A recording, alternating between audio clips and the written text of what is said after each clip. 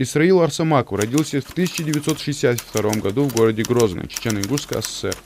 Советский тяжелоатлет, олимпийский чемпион 1988 года в Сеуле, Южной Корее.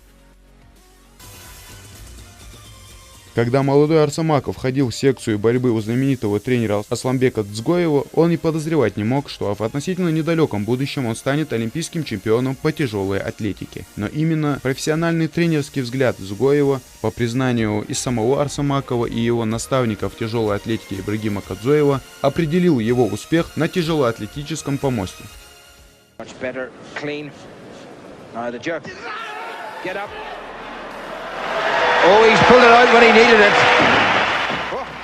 Поистине, победой всего ингушского народа стал триумф штангиста Исраила Арсамакова на Сеульской Олимпиаде в 1988 году. Впервые представитель ингушского народа получил шанс участвовать в Олимпиаде, и этот шанс Арсамаков реализовал на все 100%.